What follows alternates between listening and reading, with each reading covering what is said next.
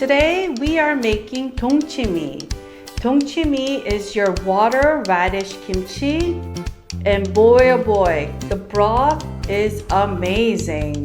Having a stressful day? All you need is to slurp on Dongchimi broth with this crunchy radish and you will feel saved and rescued immediately. Today's Dongchimi recipe is a small batch recipe using one Korean radish, so anyone can make Dongchimi at home. Make sure to watch to the end because I'm going to show you how to enjoy Dongchimi at home with snacks and simple ways to enjoy this delicious but also amazing water radish kimchi. If you've never had it, you're missing out, so don't miss out. Today's Dongchimi recipe also includes vegan-friendly modifications as well for my vegan friends. Because once it touches the lips, you won't be able to stop. That's how you enjoy Dongchimi broth. Wow. Wow. Hi everyone, this is Helen and welcome to Modern Pepper. 안녕하세요, Modern Pepper 헬렌입니다. Modern Pepper is a Korean cooking channel that offers instructional Korean cooking lessons for authentic Korean recipes as well as Korean fusion recipes. So please do consider subscribing. 맛있는 한식 요리와 한식 퓨전 요리를 여러분들과 영어로 함께 하겠습니다. 구독 버튼 꼭 눌러주세요. Alright, so to make our Dongchimi, our water radish kimchi, we need Korean radish called mu. Now, if you can't get Korean radish because you don't live near a Korean market, you could use the following substitutions. Daikon, Japanese radish. You could use any of the hybrid radishes that you could find at your gourmet produce section. You could also use the small round radishes that you could find at your local supermarket. Now, the only difference is, Korean radish is just uber tastier, not because it's Korean, but it just has a very watery texture and a sweet after finish. Now, during the winter months, Korean radish is extra sweet. During the summer months, not as sweet. Again, if you could make a trip to a Korean market, go and get it because it's totally worth it. Now, if you're using those red radishes or those hybrid radishes with coloring in them, it's gonna be the same except that your liquid is gonna have that color of whatever colored radish you're using. Right. For trimming and cleaning, I highly recommend using a vegetable peeler. So just peel off any sections that's brown and bruised like that.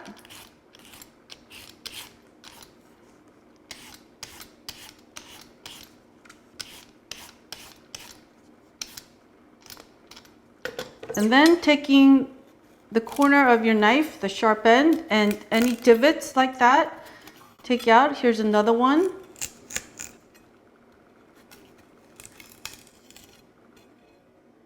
The outer layer of the radish is full of so many nutrients, so unless it's bruised and brown, do not peel it. So like right here, that's the only part I would remove, but otherwise I would keep it as is.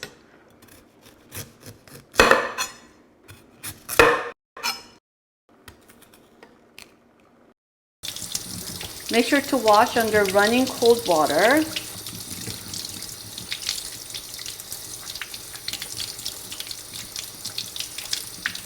And this is a small batch recipe, so we are using about 2.5 pounds of Korean radish.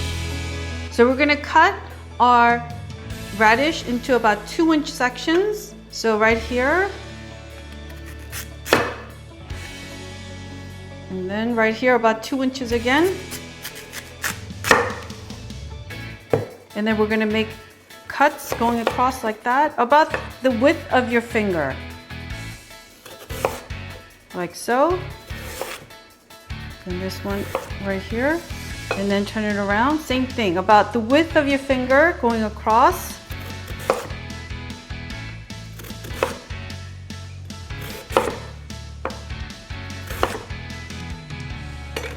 So that it looks like this.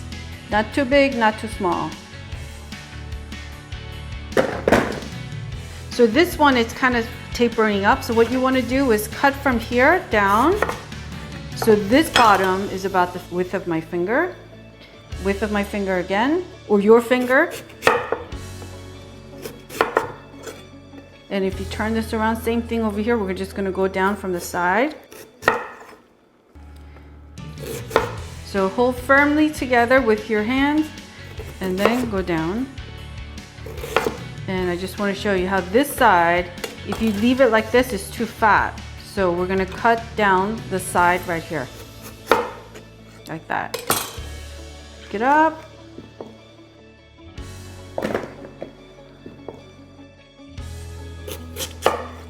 I mean, nothing has to be perfectly uniform, but the point is to make it somewhat of, you know, similar cuts in size so it ferments at the same speed.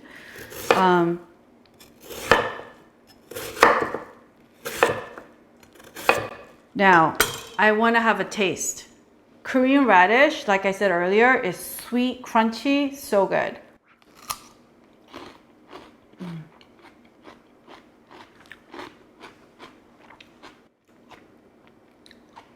This is a really good diet food. Like, you could eat this all day if you are craving something crunchy but can't really afford to eat a bag of chips. Really yummy. With hummus too would be really great. And also add it to my salad. Very, very good. All right, so we're gonna put the rest of this in here. This is a really, really essential ingredient that I highly recommend. It's coarse sea salt loaded with lots of minerals. Any Korean supermarket will always have 굵은 소금.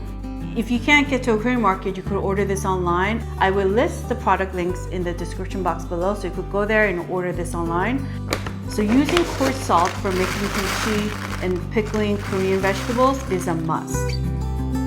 So we need about a 1/4 cup.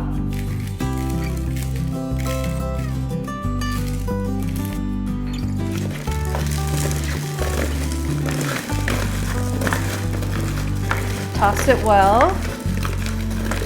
And we're gonna let this hang out for a good 30 minutes.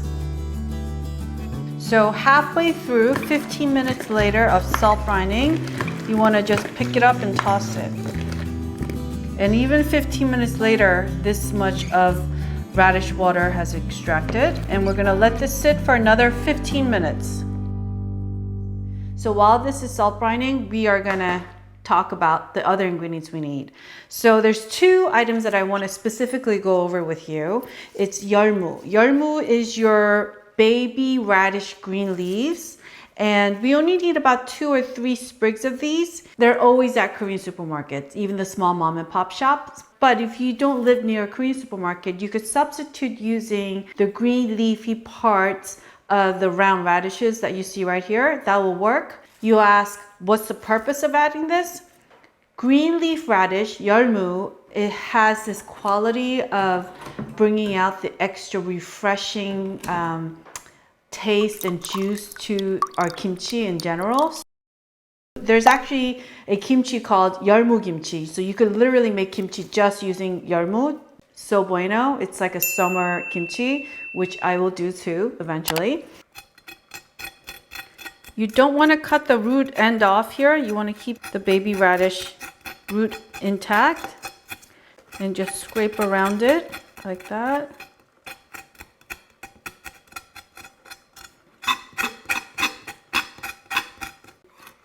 Cut it off. And we're going to rinse this under running cold water.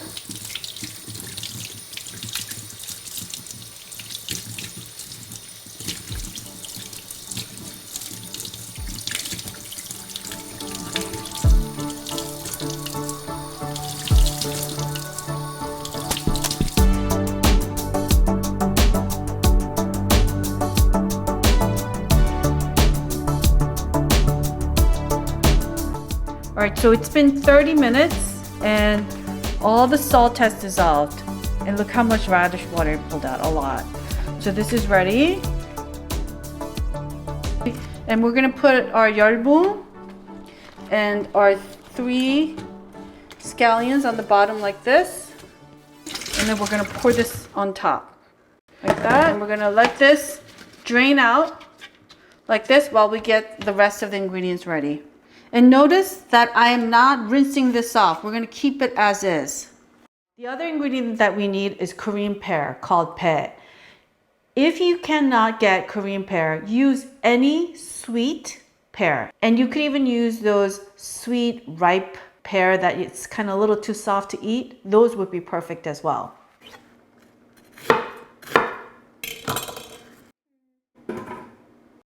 And we need the following ingredients for our 동치미. 제 외할머니의 고향은 강원도예요. 그래서 강원도에서는 감자가 맛있잖아요. 그래서 특히 여름 김치 만드실 때는 할머니는 찹쌀가루 대신 밀가루 대신 감자를 쓰셨어요. 그래서 감자로 만드신 김치는 국물도 좀 구수한 맛도 나면서 깔끔하고 참 맛있어요.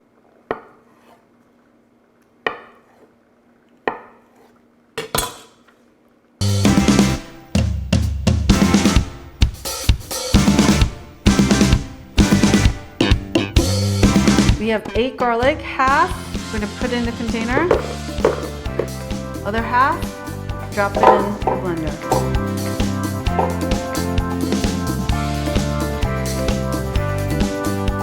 One sliver goes in here, the second one in the blender.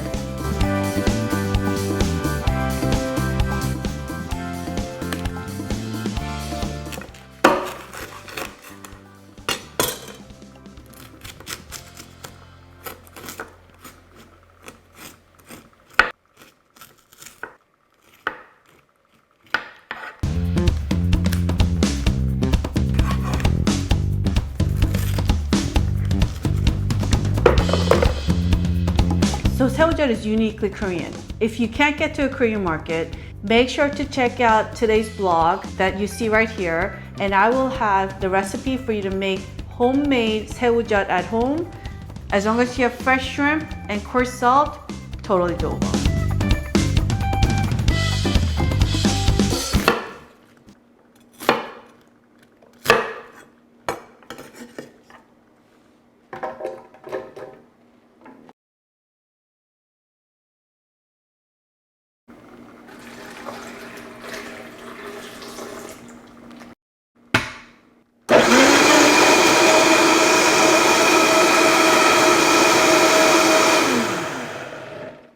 We're gonna make our Dongchimi broth, and I highly recommend getting one of these fine mesh strainers.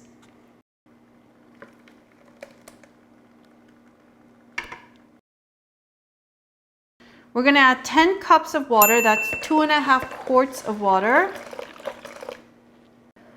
We're gonna stir. So this part, even if you're tempted to kind of like dump it all in here and not put it through the strainer, don't do it, because you know, one of the important things of Dongchimi broth is its clarity. So if you dump all this in here with all the chunk and residue, your Dongchimi broth will come out cloudy, and then you'll also see clusters of like weird cloudy gelatinous thing, and it's really not appetizing. So this is a critical step. Do not rush through. I mean, literally this, what, took me 5 minutes, 8 minutes to just like kind of stir and just let everything kind of drain through the strainer.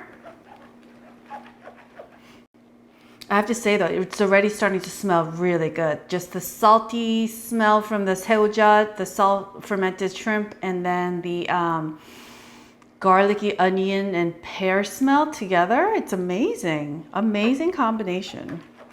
So whatever remains in the strainer, we're gonna throw it away. And then make sure to flip it over. Whatever went through the strainer goes in the broth. If it didn't go through the strainer, it doesn't go in the broth.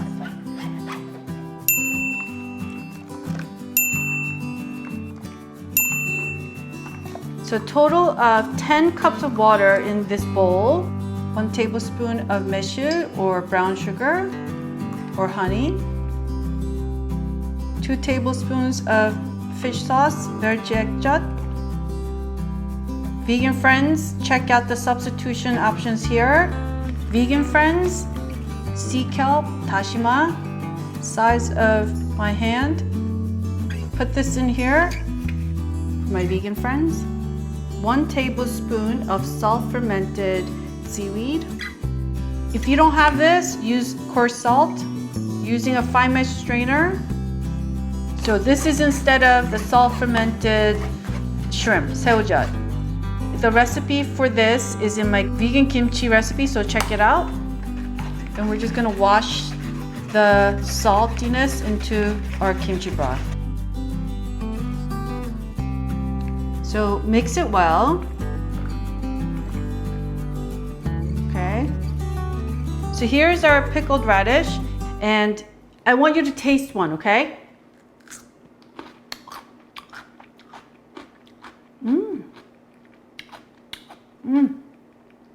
It's salty. It's salty because we didn't rinse it. We're gonna use the natural salty taste of the pickled radish and season the rest of the broth. But I'm gonna finish this one, so good. And then we're gonna put the rest of this in here.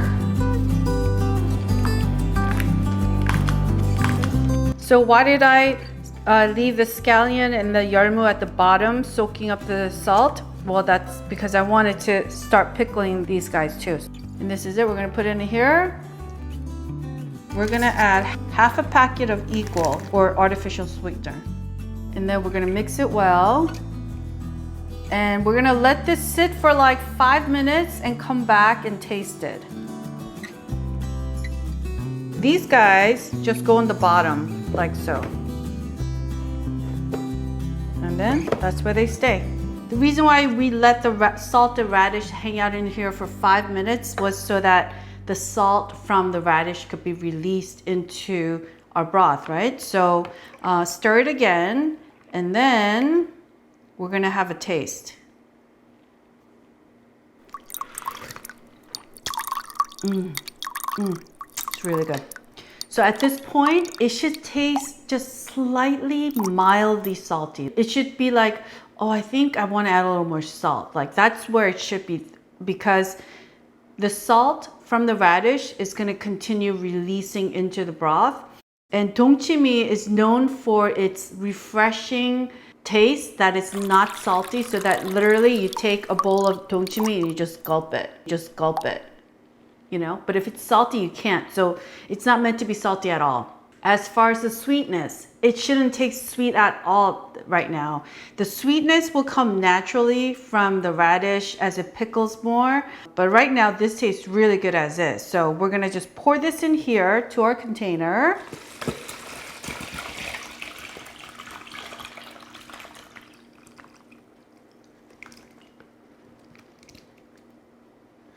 So make sure to tuck all the vegetables under, like so, and that the radish is kind of holding everything down, like that. And we're gonna layer it with a plastic wrap. This is like a blanket. It's just so that it stays nice and moist. Key point is when you put your kimchi in your kimchi container, make sure you have at least 1 inch room to the rim, so there's room for the gases and the vegetables to expand. Then put your lid on it. So this goes on your kitchen counter for 3 whole days, away from the heat, away from the sun, and let it rest on the coolest part of your kitchen.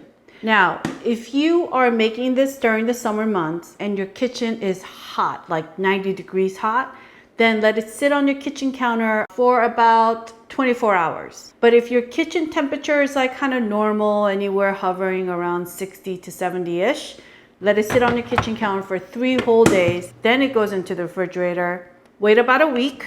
And here's one that I made a week ago. Let's put this one to the side and have a taste test. Okay, so when you open it, you're gonna have this like strong smell coming at you, but I love it. But the taste will be different from how it smells. So I'm gonna peel this back. This is gonna taste better at least a week in the refrigerator or even longer. The longer it sits there, the tastier it'll become, and then it'll develop that natural sort of tangy, slightly vinegary taste. And I know some of you asked, like, can I put vinegar in here? No. We never ever put vinegar in our kimchi. To make kimchi, like legit kimchi, we never ever use vinegar in there, okay? Just as an FYI. Oh, hallelujah. I mean, whatever religion you follow, oh wow. I know some of you are also asking, how long does this last? It lasts as long as you keep it in the fridge and you eat through it. Now it's time to taste our delicious dongchimi. I'm about to put my face in here. It is that good. Okay, so the broth is so good. So when you make dongchimi, like the amount of radish versus the broth has to be the right proportion. So I would say like 1/3 radish and 2/3 broth, because once it touches the lips, you won't be able to stop. So everyone gets their own serving of dongchimi in a little broth because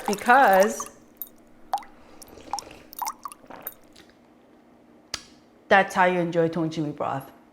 Wow. I mean, all the stresses of life is like slowly dissipating. Food has a way of doing that. And of course the radish.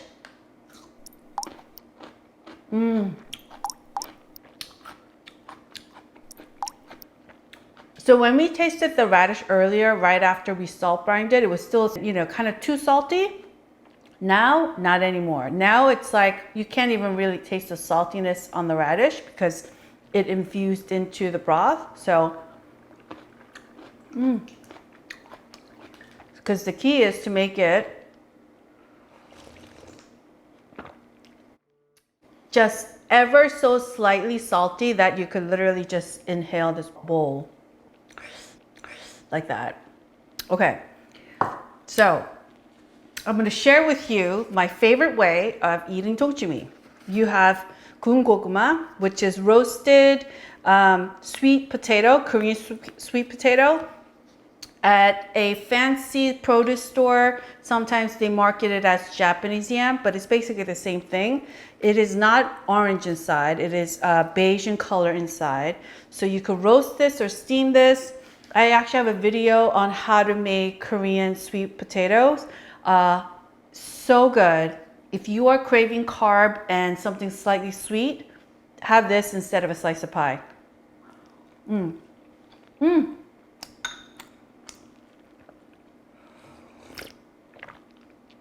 Yes, as demonstrated, that's how you enjoy goguma with dongchimi. And then my other favorite way is to put one on top like this and then eat it. This is kind of big, but I think I could do it.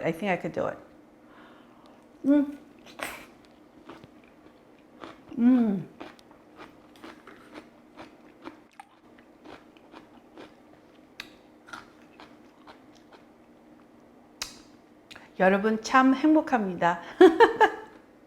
I just said I'm in food heaven. So good together, the combination, amazing. Okay.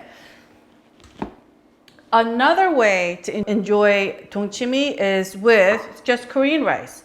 So my Korean rice looks a little brown because it has white rice, it has brown rice, it has sweet brown rice, and it has two kinds of barley rice. So I try to make it kind of as healthy as possible because we eat so much rice in my household. So you want to take a spoonful of Korean rice and, drench it in this dongchimi broth. Bon appetit, everyone.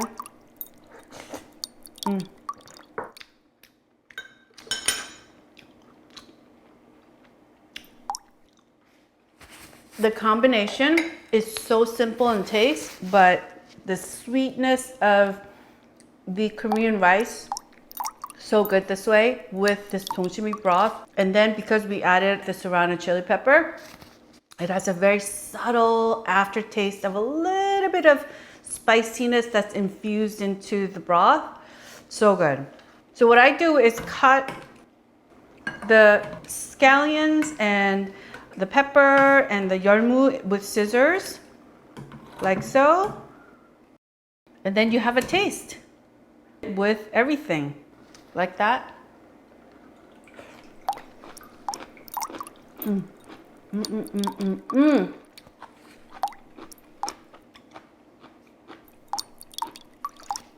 The scallion tastes so refreshing and crunchy. And then the 열무 has this like burst of like juices popping in my mouth. So good.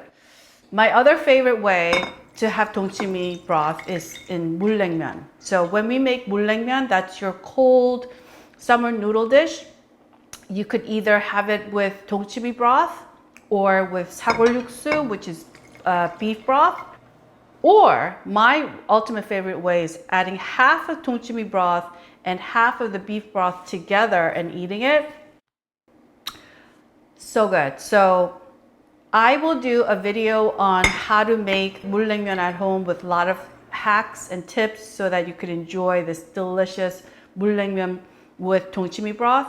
So make sure to subscribe, make sure to hit that notification bell so that you can make 물냉면 at home with Dongchimi broth, which is amazing. So I want to thank everyone for watching today, and if you enjoyed watching today's video, I would greatly appreciate it if you would click on that thumbs up icon and subscribe if you did not subscribe, and hit that notification bell. 여러분 오늘 재밌게 보셨으면 꼭 좋아하는 버튼 눌러주시고 구독 버튼도 눌러주세요. 감사합니다. Okay folks, so make sure to check out my other kimchi recipes that you see right here.